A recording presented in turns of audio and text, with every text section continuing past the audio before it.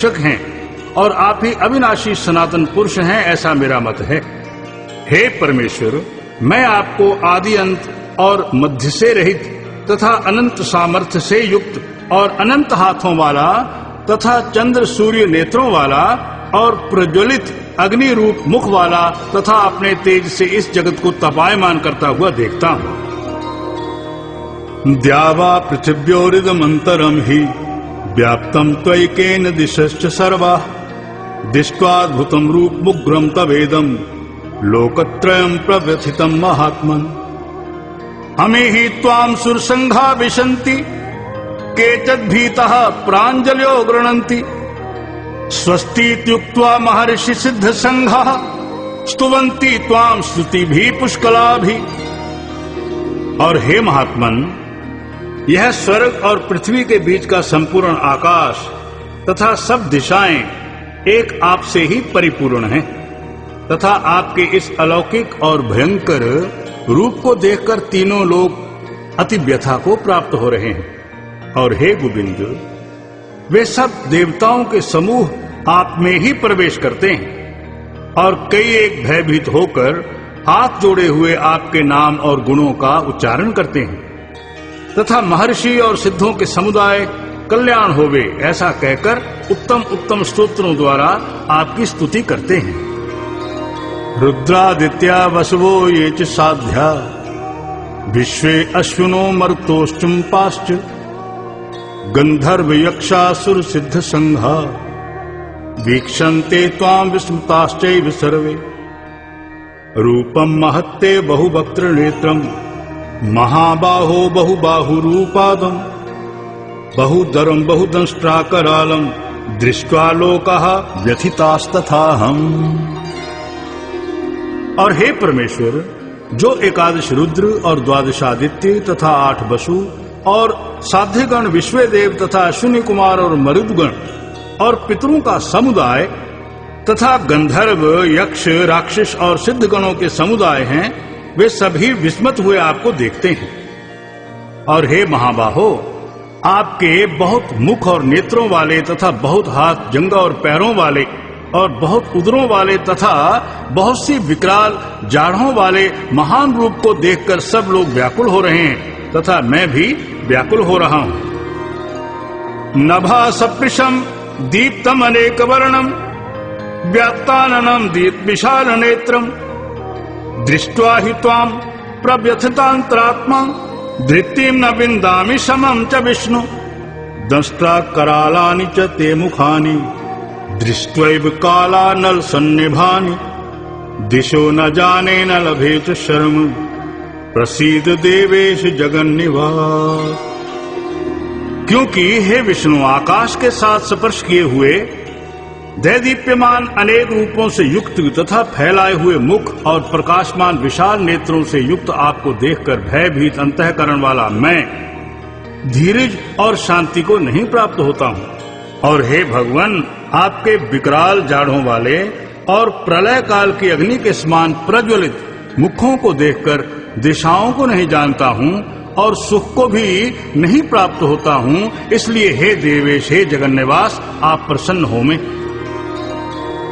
अमीच त्वां धृतराष्ट्रस्य पुत्राः सर्वे सहैवा बनिपाल संघैः भीष्मो द्रोणः सूतपुत्रस्तथासौ सहास्मि दीयैरपि योध मुख्यैः।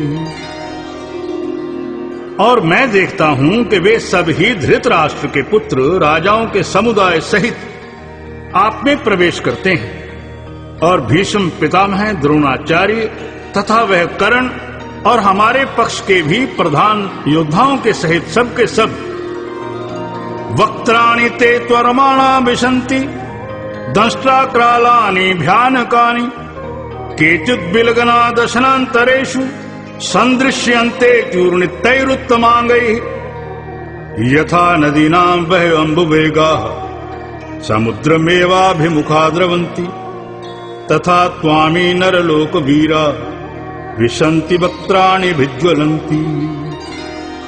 वेग युक्त हुए आपके विकराल जाड़ों वाले भयानक मुखों में प्रवेश करते हैं और कई एक चूर्ण हुए सिरों सहित आपके दांतों के बीच में लगे हुए दिखते हैं।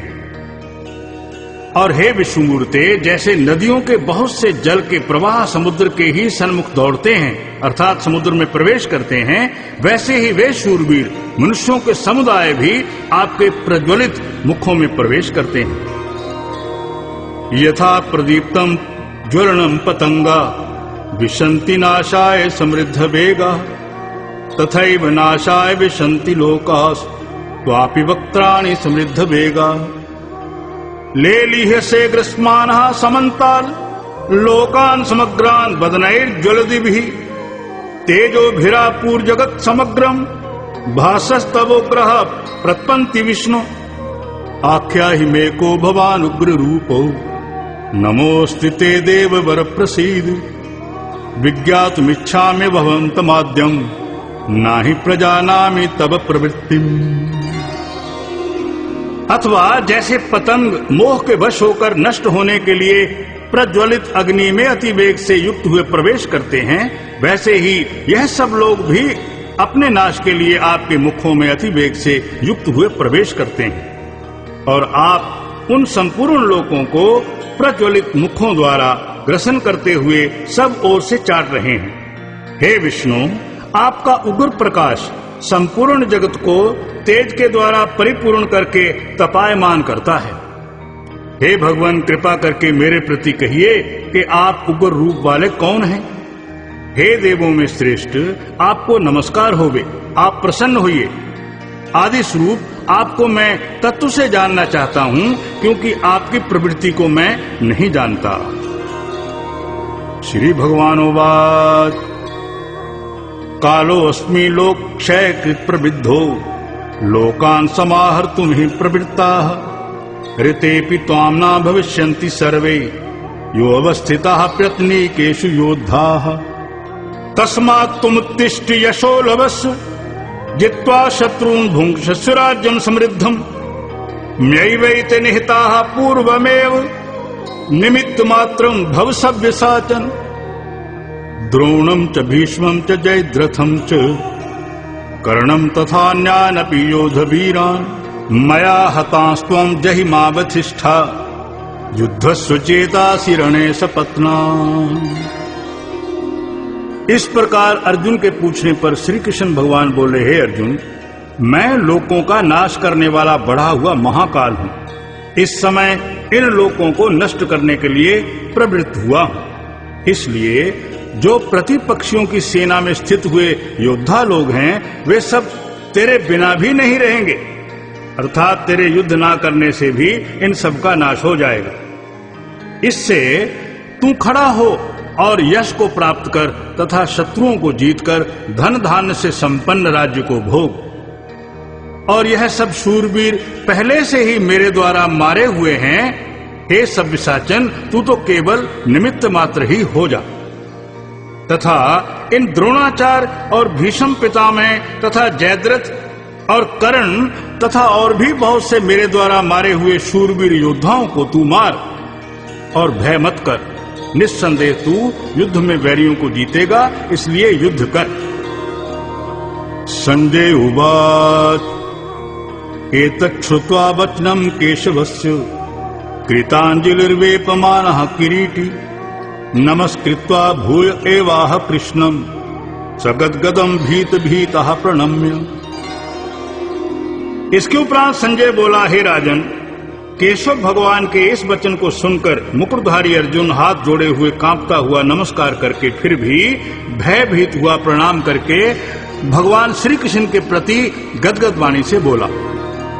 अर्जुनो वाच स्थाने ऋषिकेश तत् प्रकीर्त्या जगत प्रहिष्यत् अनुरज्यते च रक्षांसि भीतानि दिशो द्रवन्ति सर्वे नमस्यन्ति च सिद्ध संघः कस्मात् तेन न मेरन्महात्मन् गर्यसे ब्रह्मणो अप्यादिकर्त्रे अनंत देवेश जगन्निवास त्वमक्षरं सत्सत्तत्परं यत्। अर्जुन बोला कि हे अंतर्यामीन, यह योग्य ही है कि जो आपके नाम और प्रभाव के कीर्तन से जगत अति हर्षित होता है और अनुराग को भी प्राप्त होता है तथा भयभीत हुए राक्षस लोग दिशाओं में भागते हैं और सब सिद्धगणों के समुदाय नमस्कार करते हैं। हे महात्मन, ब्रह्मा के भी आदिकर्ता और सबसे बड़े आपके लिए वे कैसे नमस्कार नहीं करें, क्योंकि हे